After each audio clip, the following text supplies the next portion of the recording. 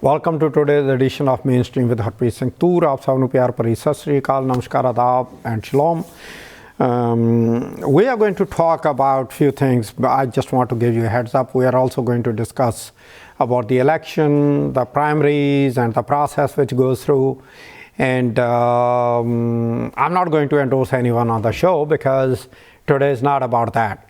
Even though you know who I have introduced or I have endorsed in those elections, today's show is it's going to be about telling you exactly the role different agencies play and why the election is after 2 years. But before we go into that segment, I just want to talk about some of the things, because June is a month which has always been historically very important to the Sikhs.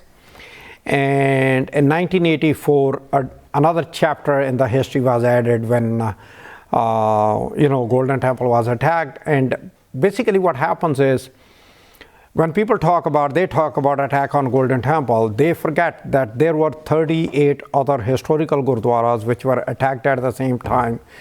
Punjab was under martial law. Nobody was allowed to move. There were babies who actually died because they could not get the milk. There were actually the buffaloes and cows who died because they could not get milked. So those are the facts. And why I'm talking about it, the reason, of course, we are in the June, and it happened in the first week of June, and the whole thing was closed for a couple of weeks, including the Golden Temple. And why it is important? It is important because fast forward almost 40 years, social media has created such a divide intellectually, because we get what we watch on our smartphones or on the on your computers. And interestingly, all these companies, whether whether it's Google, it's MSN, Edge, it's Fox, Firefox, or there is a new one which actually claim that they do not track your activities. But I don't know, honestly. The logic behind all these web pages, the companies which run these internet, web designs and stuff like that, they automatically, from the logic, they pick up what you watch, and that gets fed into your iPhones and your smartphones and your computers, including if you are looking at a shirt, for example, at Macy's, and then you also looking at a shirt at the Nordstrom, what you will see, you will just all of a sudden, even if you looked at your smartphone, because your smartphone is linked with the Wi-Fi with your laptop from the same base, same router, automatically the traffic is from Macy's and Nordstrom. So in modern world, that divide has actually widened the gap. And today, the Prime Minister of India, Prime Minister Narendra Modi, landed in US. And he's going to have a dinner with the President, Joe Biden. And this visit is being touted as a big deal. And of course it is a big deal, no doubt about it. India claims to be the biggest democracy. United States also is the other democratic country, even though democratically there are differences on certain things. Over here we have former President Donald Trump, who refuses still today that he lost the election, which created another friction within the society here. And in India we have Prime Minister Modi, where the extreme Hindus are actually ruling the roost, whether we agree or not. And I will give you two examples of that. The very first example, as soon as Prime Minister Modi took over, within a couple of months after that, the Chief of Army Staff was supposed to be a Muslim gentleman who has actually risen through the ranks. But he was superseded and somebody else was appointed. And he was never elevated to the rank of Chief of Army Staff because he was a Muslim. And that actually was the beginning of the signals going out. Now we have the violence in Manipur going on. I don't hear anything from Prime Minister Modi. So those are the domestic politics, which is in the Indian domestic politics. Now coming to international politics, where the whole scenario fits and why Prime Minister Modi is being received with such a warm welcome, if I may call it, is because of Russia and China, the tensions between Americans and Chinese and Americans and Russia, and to have India, which always had issues with the China, to prop up India as a counterbalancing force, if I may say it. Even though it may take a couple of years for India to reach where China is, doesn't matter what we say or what you hear on the internet or whatever the propaganda is. One thing I will tell you right now, if we cannot provide that drinking water to the population, then to talk about being superpower, I think it is just a pipe dream. We have so much to do, so much to take care of, and corruption is also one of the biggest factor. And when we look at the human index, what happens or what's going on over there, that has gone down. The freedom of expression, freedom of the press, it's not there the way it used to be. And I always talk about this incidents. I can talk about so many incidences, but there are few which I always talk about. The difference between living in United States and especially living in New York City and living somewhere else. After 9/11, there is a building on Park Row, downtown Manhattan, which is only 2 blocks away from World Trade Center. And that spot actually is known as Cardoza House, which is actually a Muslim funded functioning over there, the mosque, and they also have a gallery, art gallery, and some other community activities. Everybody was against giving a permit to construct a mosque and community center by the Muslims over there, which is only like 2 blocks away, literally, from World Trade Center. Michael Bloomberg was the mayor. And he said, nope, the freedom of religion, freedom of expression, freedom of thoughts, they will not be compromised at any cost, and they will go ahead. And there was a huge resistance from the communities in the neighborhood, but everything was overruled. And when they first opened up, I was one of the lucky persons who happened to go there and cut the ribbon. And if you go there, you will see the services they are providing to everybody, not just the Muslims. So what I'm saying is, to have that kind of thinking, that kind of statesmanship, that is lacking in today's politics all over the world.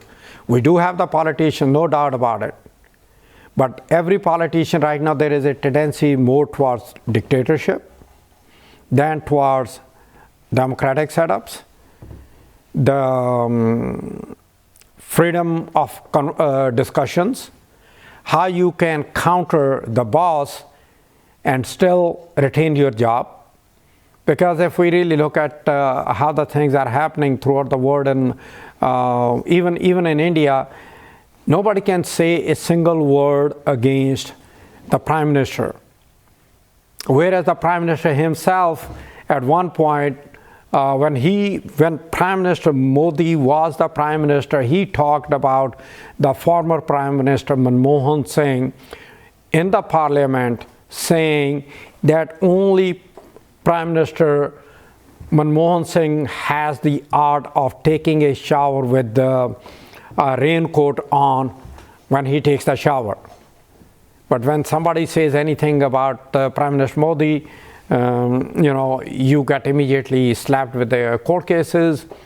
Rahul Gandhi got expelled from the parliament, and so on and on. So what I'm saying is the international interests and government's connections, they change from time to time. But human rights, they don't change. Human rights are still the human rights. Your right to expression, your right to eat, your right to have the freedom of thoughts. Those rights should be so sacrosanct that you should not be countered to make you feel that if you said something, you will get penalized. And I still remember there was, I will, at the break, I will dig out the name of this lady who was a writer. She was from Bangladesh. She actually came to India from Bangladesh because in Bangladesh she was not allowed to, talk about what she was thinking and expressions freely. She came to India, and then all of a sudden, BJP took over. She ended up leaving India. Over here, we can talk about Rushdie. After he wrote down satanic verses, Ayatollah from Iran said that they will pay anybody who will kill him. He got attacked. So those are the things which we have to have and work to resist those things.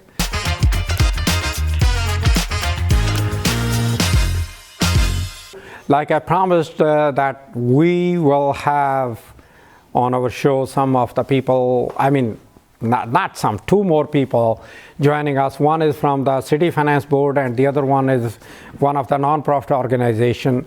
And we're going to talk about, why the election is happening for City Council just after 2 years.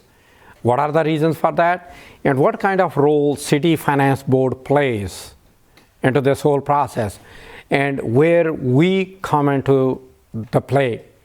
And like I always say, it is important, to be at the table. We need you to get out and vote. Early voting has already started. The primary, the final date is June 27th, which is next Tuesday. And probably some of you may be watching my show at that time from 6 to 7. I do intend to be here. But there is one thing, like I said before. Let me give you just simple one example before I bring them on board. Then they will start criticizing me, I know that. In primary, why it matters for minorities to come out and vote more in numbers. Let us assume, because in primary, the number of people who come out to vote is always very low. If we come out more numerically in primary, let us say 10 people come out in the primary out of the 100 people who voted, so we are 10%. When the general election happens, 1,000 people voted, and we still have those 10 people, coming in and voting. What we have? 1%. So primary, actually, as soon as the the voting closes, the votes are assessed, which community came out from what neighborhood, and those neighborhoods actually get the services. So that is important. That's why I want to talk about it before I bring on to share with you these two great gentlemen. One is, of course, Gauri Patel from CFB and Muhammad Amin from Caribbean Equality Project. Thanks for coming in. Now you can start criticizing and talking about everything. Yeah, Gauri. First, by the way, everybody probably saw this thing. This is a booklet which actually came to every voter.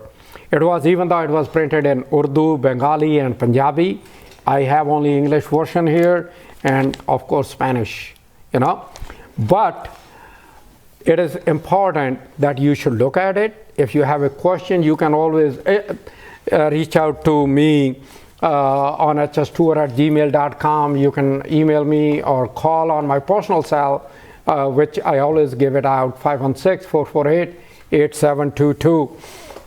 because it is very important that we come out and vote. Okay, first things first, CFP, what are the functions? So thank you so much for having us today. As you mentioned, I'm here on the behalf of New York's Campaign Finance Board and our initiative NYC Votes. And so this is an initiative of the city's agency, the Campaign Finance Board, or CFB. We are an independent and nonpartisan agency here in New York City. So what does that mean? So independent meaning that we don't report to the mayor's office, and nonpartisan meaning that we don't align with any one political party, right? So I like to describe the work of CFB in two different bucket areas. So the first, I would say, is that our city agency really empowers local candidates running for office. And they do this by matching every small dollar contribution with $8 of public funds, right? So this which means they are trying to make the playing field level for the people who otherwise cannot really even think about running. Correct. And I happen to be one of them. Okay. Yeah, go ahead. Yeah. Yeah, absolutely. And trying to address some of those barriers, like you mentioned, particularly the financial barrier, right? So that way, people from all walks of life, people that actually are from and represent the communities, are running for office and representing us. And then the NYC Vote. So I mentioned that this is an initiative of the Campaign Finance Board, and we're tasked with informing and engaging all New Yorkers on all things election. Okay. So all the information that you mentioned. Yeah, hold your thoughts here because we still have plenty of time. I want to give some time to Amin also, Mohammed Amin also, Yes. because otherwise, he will feel like, I have been sidelined. No. All right, Mohammed. I know you are running, Caribbean Equality Project, Yes. which is a non-profit organization. Yes. What you are trying to achieve, which CFP cannot? Well, first, thank you for having us. It's not often that local organizers get to come in a program to reach our community members. So my name is Mohammed Q. Amin. I am the founder and executive director of the Caribbean Equality Project, and we are a Caribbean LGBTQ immigrants' rights organization. And you might be asking, why are LGBTQ people so invested in voting? Well, the simple truth is, building political power in New York City takes all of us to do that Let me together. just hold your thoughts. Yeah. For me, not just LGBTQ, but all the brown people need to come out and vote. Absolutely. So for us, we do a lot of hyper-local civic engagement work, a lot of hyper-local political building power work, and we do this in Richmond Hill, Queens, South Ozone Park. We do this in Flatbush, Brooklyn, and Crown Heights. We also do this in Soundview and Castle Hill in the Bronx. These are large Caribbean neighborhoods, South Asian neighborhoods, Latinx neighborhoods, which have low voter turnouts. And if we're going to change communities, if we're going to elect a candidate that will fight for all of us, regardless of our immigration status, we also have to build that power on the ground. We have to educate people on their voting rights. We have to first register them. We have to make sure they know how to vote. And this year is incredibly special because for the second time in New York City history, voters will be using ranked choice voting. And folks are still very much not trying to, on the fence about ranked choice voting. They're still trying to understand it. But that's why we're here. We're here to educate community about ranked choice voting because we want all of you to go out and vote, have your voices heard. And we're going to talk about what ranked choice voting is in a few minutes. Yes, ranked choice voting is important, but there is, everything, whatever you said, it's very important. But, there is one thing which I think I will add to what you have said, that the resources which come from federal to state to city, then getting those resources to the communities, okay? Unless we have somebody at the table, we don't get it. And COVID actually did show us, being from Richmond Hill, I being there, on the ground all the time, we saw what happened. That's a great point because this year, we've been living in a pandemic for 3 years. It's been happening to our communities for 3 years, right? in 2020, we went through a very contentious presidential election, right? We also, 2 years Which after... still one party is claiming, I did not lose, but go ahead. 2 years after we went through an assembly and congressional election, now we're here for a city council election. And we have to also ask ourselves, why are we having so many elections? For the past 3 years, we have also been going through a redistricting process, right? We saw that the district lines were drawn in a way that did not favorable Richmond Hill. We saw that at a city council. Which still are not, even though we gained some. Correct. But we did not gain exactly what we wanted to. Correct. Yeah. Redistricting has really impacted all of us, and the resources you mentioned earlier during COVID, particularly in 2020, in October, between October and December of 2020, Richmond Hill had the highest COVID-19 positivity rate in the entire city of New York. And you have to ask yourself, why was that? The reason is we did not have enough resources. We did not have a testing site. We did not have access to vaccine, any information about vaccine. We did not have COVID information translated in our languages, right? You couldn't find Punjabi, you couldn't find Bengali, you couldn't find Urdu, you couldn't find Hindi. The main language was English and Spanish.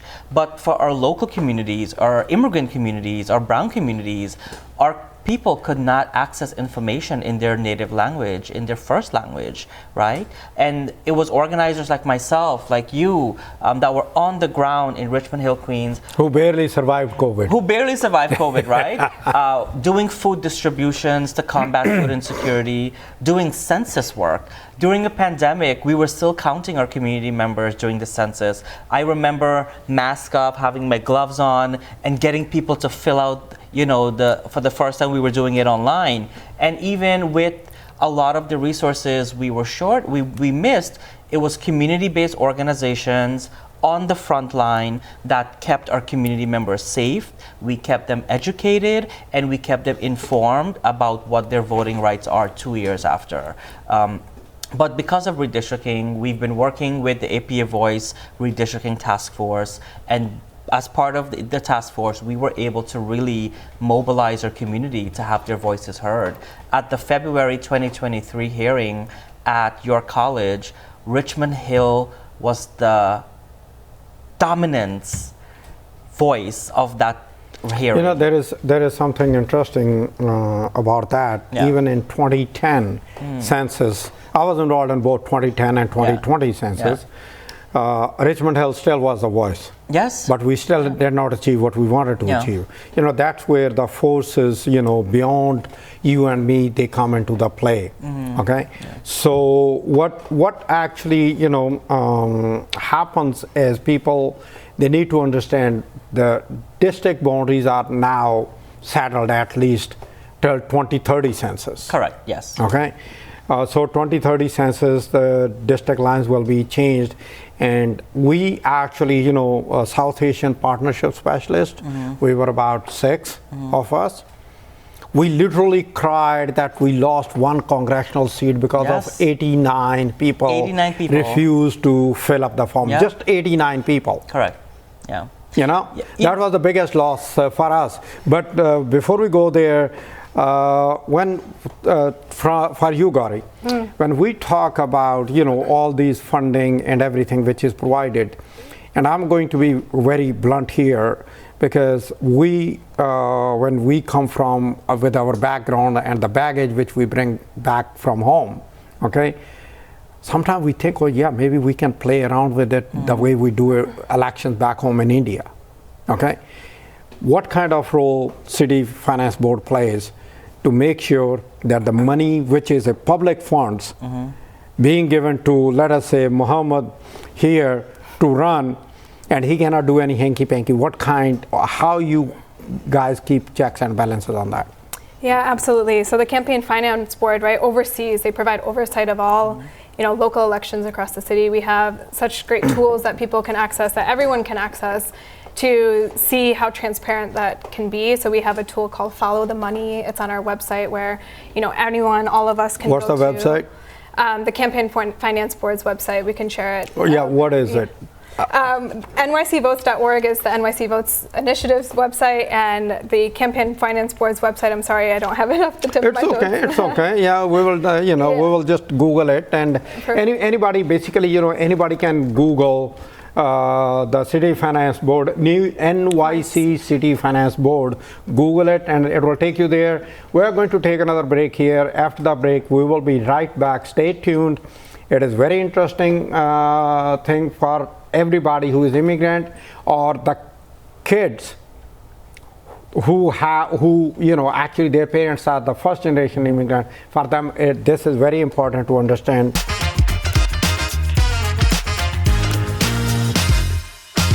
Like I said, we are talking about the importance of election, how everything gets affected, and why we talk more about Richmond Hill. The reason is because our population concentration is more in Richmond Hill, even though we have the population in Floral Park, Glen Oaks area, we have Belrose, we have Jackson Heights, and there is a part, actually, believe it or not, in AOC's district, which is Alexander Ocasio-Cortez's congressional district. A lot of Bengalis are in there, and a lot of Nepalese are in there. So these are the South Asian districts population concentration we're talking about, including Astoria. And that's why we're talking about it. But we are going to show a little video here for a few minutes. After showing that video, then we will be right back to talk about what we are trying to do here, what we are trying to achieve, and it cannot be achieved unless and until you come out and vote in the primary elections right after this video.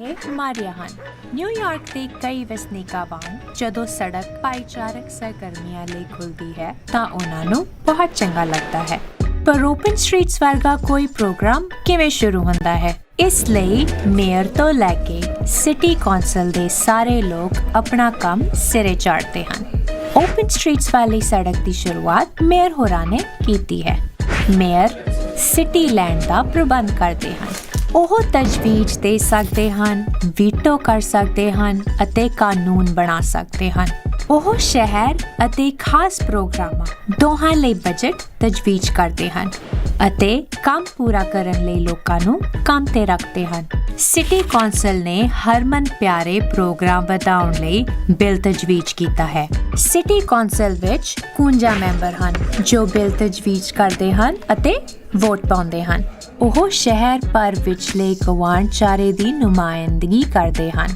Mayor ਪਸਾਰ ਨਾਲ ਸਹਿਮਤ ਹਨ ਅਤੇ city council ਨੇ ਉਹਨਾਂ ਦੇ budget ਨੂੰ ਮਨਜ਼ੂਰੀ ਦੇ ਦਿੱਤੀ ਹੈ ਮਨਜ਼ੂਰ ਪਲਾਨ ਕੰਟਰੋਲਰ ਨੂੰ ਭੇਜ ਦਿੱਤਾ ਗਿਆ ਹੈ ਕੰਟਰੋਲਰ ਸ਼ਹਿਰ ਦੇ ਫਾਈਨੈਂਸ਼ੀਅਲ ਸਲਾਹਕਾਰ ਅਤੇ ਅਕਾਊਂਟੈਂਟ ਹਨ ਮਾਰੀਆ ਹੋਰਾਂ ਨੇ ਸ਼ਹਿਰ ਦੀਆਂ ਪੂੰਜੀਕਾਰੀਆਂ ਅਤੇ ਫਾਈਨੈਂਸ ਦਾ ਜਾਇਜ਼ਾ ਲਿਆ ਹੈ ਉਹਨਾਂ ਨੇ ਤਦਾਦ ਵੇਖੀ ਅਤੇ ਪਤਾ ਲਾਇਆ ਸੀ ਕਿ ਅਸਲ ਵਿੱਚ ਓਪਨ ਸਟਰੀਟਸ ਨੇ ਸਥਾਨਕ ਕਾਰੋਬਾਰਾਂ ਨੂੰ ਵਧਾਉਣ ਵਿੱਚ ਮਦਦ ਕੀਤੀ ਹੈ ਨਿਊਯਾਰਕ ਦੀਆਂ 5 ਬਰੋ ਵਿੱਚੋਂ ਹਰੇਕ ਵਿੱਚ ਇੱਕ ਪ੍ਰਧਾਨ ਹੈ ਜੋ ਆਪਣੇ ਸਥਾਨਕ ਹਿੱਸਿਆਂ ਦੀ ਤਰਫੋਂ ਆਉਣ ਵਾਲੇ ਮਸਲੇ ਸੁਣਦੇ ਹਨ ਅਤੇ ਉਹਨਾਂ ਦੀ ਵਕਾਲਤ ਕਰਦੇ ਹਨ ਉਦਾਹਰਨ ਲਈ ਓਪਨ ਸਟਰੀਟਸ ਨੂੰ ਹੋਰ ਨਿਰਪੱਖ ਸੌਖਾ ਅਤੇ ਸੁਰੱਖਿਅਤ ਕਿਵੇਂ ਰੱਖਿਆ ਜਾਏ ਬਰੋ ਦੇ ਪ੍ਰਧਾਨ ਭਾਈਚਾਰੇ ਸੰਬੰਧੀ ਬੋਰਡ ਦੇ ਨੁਮਾਇੰਦਿਆਂ ਨੂੰ ਨਿਯੁਕਤ ਕਰਕੇ ਜਾਂ ਆਪਣੇ ਬਰੋ ਦੇ ਅੰਦਰ ਦੀਆਂ ਸੰਸਥਾਵਾਂ ਨੂੰ ਗ੍ਰਾਂਟਾਂ ਦੇ ਕੇ ਇਹਨਾਂ ਮਸਲਿਆਂ ਨੂੰ ਹੱਲ ਕਰ ਸਕਦੇ ਹਨ ਸਰਕਾਰੀ ਵਕੀਲ ਗੱਲ ਹੈਰਾਨੀ ਵਾਲੀ ਹੈ ਪਰ ਉਹ ਸ਼ਹਿਰ ਵਿੱਚ ਸਾਰਿਆਂ ਵੱਲੋਂ ਵਕਾਲਤ ਕਰਦੇ ਹਨ ਉਹ ਨਿਊਯਾਰਕ ਸ਼ਹਿਰ ਦੇ ਕਿਸੇ ਵੀ ਵਸਨੀਕ ਦੀ ਗੱਲ ਸੁਣਦੇ ਹਨ ਅਤੇ ਯਕੀਨੀ ਬਣਾਉਂਦੇ ਹਨ ਕਿ ਸ਼ਹਿਰ ਦੀਆਂ ਏਜੰਸੀਆਂ ਸਾਡੀ ਜ਼ਰੂਰਤਾਂ ਲਈ ਜਵਾਬਦੇਹ ਹਨ ਇਸ ਲਈ ਸਰਕਾਰੀ ਵਕੀਲ ਨੇ ਓਪਨ ਸਟਰੀਟਸ ਲਈ ਪਰਮਿਟ ਲੈਣ ਦਾ ਕੰਮ ਆਸਾਨ ਕਰ ਦਿੱਤਾ ਹੈ ਅਤੇ ਸੁਝਾਅ ਦਿੱਤਾ ਹੈ ਕਿ ਇਹ ਪਹਿਲ ਬਣੀ ਰਹੇ ਮਾਰੀਆ ਹੋਰਾਂ ਦੇ ਸਥਾਨਕ ਦਫ਼ਤਰ ਓਪਨ ਸਟਰੀਟਸ ਨੂੰ ਚੰਗੇ ਕੰਮ ਲਈ ਓਪਨ ਰੱਖਣ ਵਾਸਤੇ ਆਪਣੇ ਭਾਈਚਾਰੇ ਦੀ ਮਦਦ ਕਰਦੇ ਹਨ ਵੋਟ ਦੇ ਕੇ ਸਾਨੂੰ ਆਪਣੇ ਚੁਣੇ ਹੋਏ ਲੀਡਰਾਂ ਬਾਰੇ ਫੈਸਲਾ ਕਰਨਾ ਪੈਣਾ ਹੈ ਅਤੇ ਜਵਾਬ ਵਿੱਚ ਸ਼ਹਿਰ ਦੇ ਭਵਿੱਖ ਨੂੰ ਸੁਆਰਨਾ ਹੈ ਜਿਸ ਨੂੰ ਅਸੀਂ ਸਾਰੇ ਘਰ ਕਹਿੰਦੇ ਹਾਂ nycvotes.org ਦੇ ਸਥਾਨਕ ਦਫ਼ਤਰਾਂ ਅਤੇ ਉਮੀਦਵਾਰਾਂ ਬਾਰੇ ਆਪਣੇ ਸਵਾਲਾਂ ਦੇ ਜਵਾਬ ਹਾਸਲ। Okay, you just saw the video, and let us now go back to the members of the panel, if I may say so. Gauri, how many races are actually right now which are primary out of the 51, or all 51 are being run, or there are some where only the primary is happening, the others are already like there's no challenger?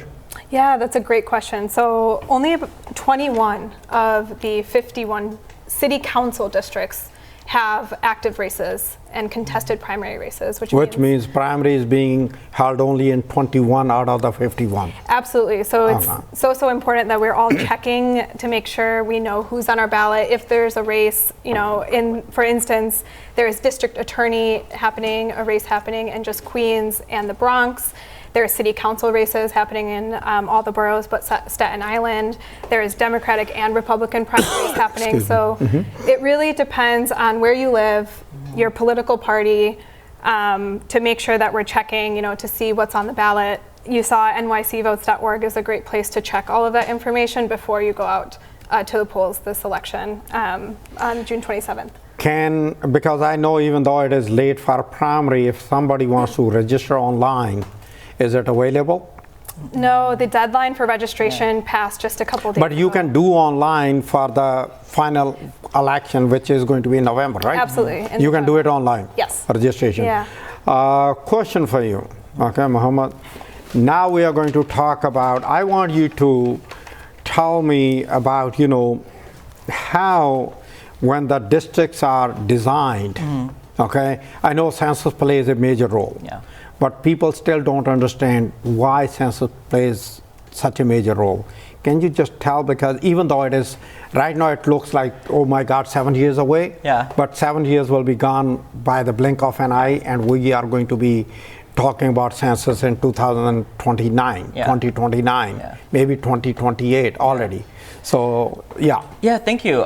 So every 10 years, after the census is completed, we have to redraw the district lines in the entire U.S. In New York State and New York City, for the past 3 years, we've been through a redistricting process. Most recently, for us in Richmond Hill, Queens, where Harpreet and I do a lot of organizing, when we started the redistricting cycle, Richmond Hill was divided into 7 assembly districts, the most egregious gerrymandered community in the entire state. After the redistricting cycle, we went down to 4 assembly districts, District 34, District 23, and also make sure like District 31 and District 24. So right now what we have is 4 assembly members that represents our community. And what does that mean? It means that if something happens in your neighborhood, you have to research who is your assembly member, who is your senator, who is your council member, in order for you to go ask for support. But when our community is divided, what we advocated for during the redistricting process is one single compact district that keeps Richmond Hill and South Ozone Park together. Which is in other terms called community of interest. Yes. To keep them together. Yes, so our community of interest includes our South Asian and our Indo-Caribbean communities. We share many similar identities. We share food, we share we share our cultural spaces, our gurdwaras, our mosques, our mandirs, our local businesses, our schools. These are all communities of interest and similarities that we have. And because of that, that's why we advocated for our community to be kept together. And why is this important? It's important because your assembly member, your senator, your city council member can fight for you if they can fight for the entire community. But if they are sharing your community with 4 other council members, 4 other assembly members, they're only fighting for a portion of your community. And what does that mean? It means that we get a diluted portion of resources, and ultimately when we go to the ballot, it means that our voice gets diluted by these district lines. Yeah, you're being very diplomatic. Your voice is not heard at all if you numerically you are not there for the person. I always say this thing, remember, the person who gets elected, and I'm quoting this thing from an elected person, I'm not going to name the person who said it.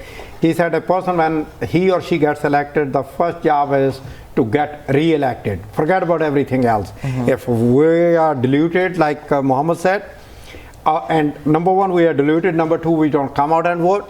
So do we exist? No. So that's, besides that, we also need to, because of the constraint of time, I also want to touch back and forth ranked choice voting. Okay, who wants to talk about it first? I want people to understand actually, you know, when it used to be okay, Muhammad will go out, he will say vote for me, Harpreet will go out, Harpreet will say vote for me, Gauri will go out, vote for me. Now it is like, you know, rank me number one, rank me number one. And for the people, what do you mean by rank me number one? I want you guys to explain that, you know. Who, sir, wants to take that question first? So before we talk about ranked choice voting, I want to, for us to understand why the city council race are so important. New York City, our budget as a city is $90 billion. That's more than 100 billion. Right? So this is a number that a lot of us are looking at. Oh my God, billions of dollars. It's with a B. Correct. It's a B, right? With a B, billion. But what does this mean for our community? It means that our city council member can invest in our local organizations, or developing our schools, our roads, can actually fund our nonprofits that are doing the work. Libraries. Right now we're seeing transportation, infrastructure, right? We need access to transportation. We need better access to transportation. But in order for them to do that, they need to first be elected. And this race, this particular election cycle, we're going to be using ranked choice voting to do that.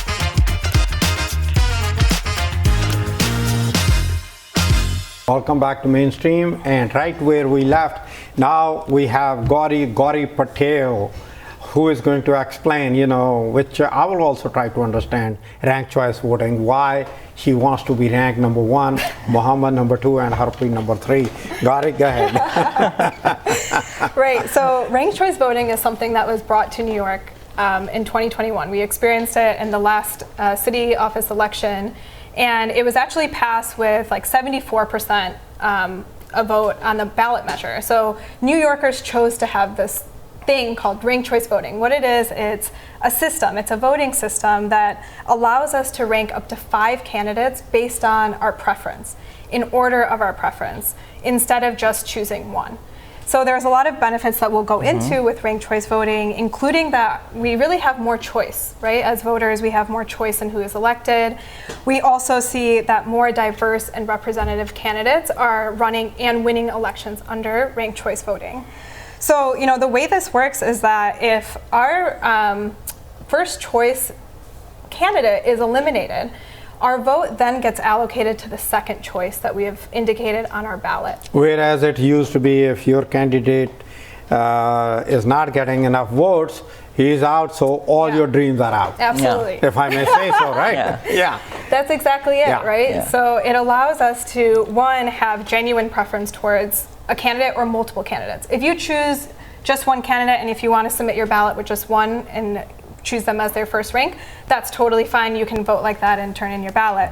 If you have multiple candidates that you're considering, right, or if you want to have some preference in order, you can make that heard. You can make your vote heard for that. And again, if your first top choice candidate gets eliminated or has the fewest number of votes in the first round of counting all the ballots, your vote will then get allocated to that second choice, so on and so forth, until one of the candidates has the most votes.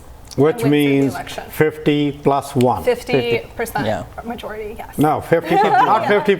50% plus 1. The majority of votes. Yes. Right? Yes. Okay. Now, if you can further go into more details on that, you know. So, you know, Gauri mentioned that this came to New York City in 2021, right? Any other place where this kind of voting happens? Yes. So currently, the Bay Area, San Francisco, uses ranked choice voting, right? And which adopted RCV. and in a lot of ways, an increase in percentage of candidates of color run for office. And we also see an increase. Winning also, right? Yes, so we also see an increase in the probability of a candidate of color winning, women of color running and winning using ranked choice voting. One of the things we also want to highlight is the fact that candidates of color won 62% of RCV in their races, right? So when we talk about ranked choice voting, we're talking about the diversity that candidate brings to a race and people voting and ranking their candidates as well. In the 13 largest municipalities in the city that uses ranked choice voting, 6 have been women mayors and 4 have been Black, Latino, and Asian mayors. Right? 7 cities that uses RCV have more equal gender representation in their city legislature. Once again, RCV is ranked choice voting. That's right. Remember that. You're gonna see RCV everywhere this election cycle in New York City. Just know that ranked choice voting stands for RCV. Yeah, not just this cycle, but in the future also. And in the future cycle, correct. Yeah. And the final thing I'll say is it's also the first year implementing. Minneapolis elected its first 2 transgender city council members. And in 2021, New York City voters elected its most diverse city council ever in history. That we're talking women. We currently have the most women city council members. We have the most. We have what, 32 out of 51? I think it's close to that. Yeah. We also have more Asian elected officials. And we have the speaker of the city council. And women, we also elected African American. We also elected the first Black women speaker in New York City. This is the power of voting. When we think about representation, we also need to make sure that representation looks like us in our cities, right? And particularly in Queens, in Richmond Hill, you have to make sure you know who's on your ballot. You have to look at your poll site. Because of redistricting, your poll sites might have changed. So you need to know where to go vote. Right now, we are in a period of early voting. Early voting started Saturday, June 17th. It also ends. Just hold your thought. So there is something which I want to add here. On early voting, your regular voting on June 27th is going to be a different place than early voting. Yes. Number 1. Number 2. Make sure that you know where you are supposed to go and vote in early voting. If you don't, then you will get frustrated and you may never vote, because you are going to be like, go to one place, second place, third place, because I literally came across somebody. So that is also very important. When you go out to vote, it is very important. And also, again, your votes will matter to have voting area, early voting location in your neighborhood than going 2 miles or 3 miles. Go ahead. You know, so exactly. So that's so important. Right now we're in a period of early voting.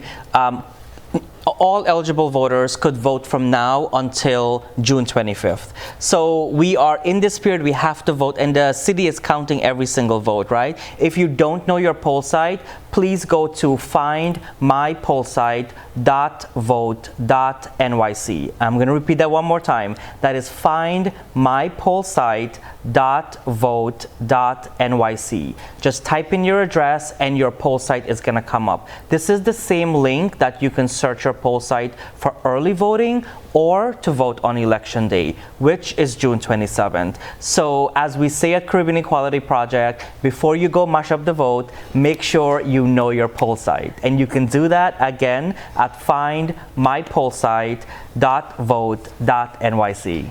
And that is so important to have where you are going to go and vote. It is definitely something, you know, which if you miss it, you probably are going to miss your vote. Correct me if I'm wrong. No, true. But sometimes people are immigrant voters. We can get frustrated if we're not necessarily know how to use technology, right? If we don't know our poll sites. But also, this is how redistricting has changed our community. So you're talking about my generation who don't understand I'm talking about me. I get frustrated when I can't find my poll site. But also, you can call the city, right? You can call 1-866 Vote NYC for support, right? The city has a number that you can call if you need support. It's 1-866-VOTE NYC. Don't get frustrated. Don't give up. Use your voice. So many community members have worked so hard to educate community members on their voting rights, to register people on how to vote. And when you have a right to vote, you're voting for all of us who may not be eligible to vote yet. And Gauri, we during last couple of seconds, whatever we are left, I would like you to add whatever you think they should know, the voters. Yeah, absolutely. So many resources that are available to us as New Yorkers to make sure that we know not just where to go to vote, but what's on our ballot, who's running in our districts. NYCvotes.org has a voter guide that's that we the started voter this guide, segment with. There is an online version of this with videos of every candidate that takes a stance on different issue areas that New Yorkers care about. Yeah. We have information on our voting rights, accessibility, right? All of the ways that we can get to our poll site, make our voice heard, and be informed voters when we get to the ballot box. So please check us out. And and when you go on if you're not sure who's on your ballot, you can look that up. This year, we have city council members on the ballot. We have district attorneys on the ballot, particularly for the Bronx, Queens, and Staten Island. We have civil court judges on the ballot. We have delegation to the Judicial Convention on the ballot. And we also have party positions on the ballot. If you are registered, please go and vote. Look up your poll site and exercise your civic duty. And also, before we go, there is something which I would like to add, and that is right now, even though in census, Richmond Hill area was considered one of the Punjabi concentrated area, but still, when it goes down to getting your votes, when you go to vote,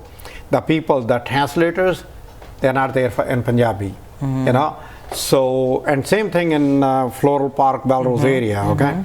So I'm just using it as an example that how these things actually matter, not just the census, but on top of the census, if you go out and vote, that's where your voice is heard. You can be, like Muhammad was saying earlier, if you are a tiny bit, but if that tiny bit, let us say that tiny bit comes out 90% and vote, that tiny bit will have more access actually to the services, to the availability of the resources and everything, whatever you need for that community.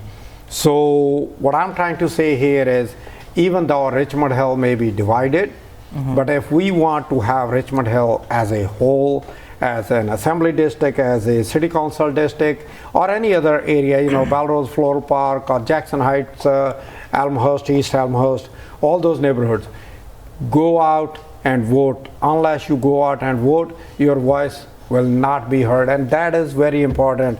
Last 30 seconds, anything you want to add? I want to say your vote matters. Go out and vote. When you get to your polling site, if someone there doesn't speak your language, ask for an interpreter. You are entitled to an interpreter. Do that. Gary, anything? Yeah, absolutely. In Wrapping addition to that, all of these resources that we've mentioned today, everything that we've talked about, and more information on that is available in 13 different languages across our city, including Punjabi. So please, be able to. That's right. And that actually brings our show to a close for today. And we try to bring you as much information as possible. So till next time, good night and good luck.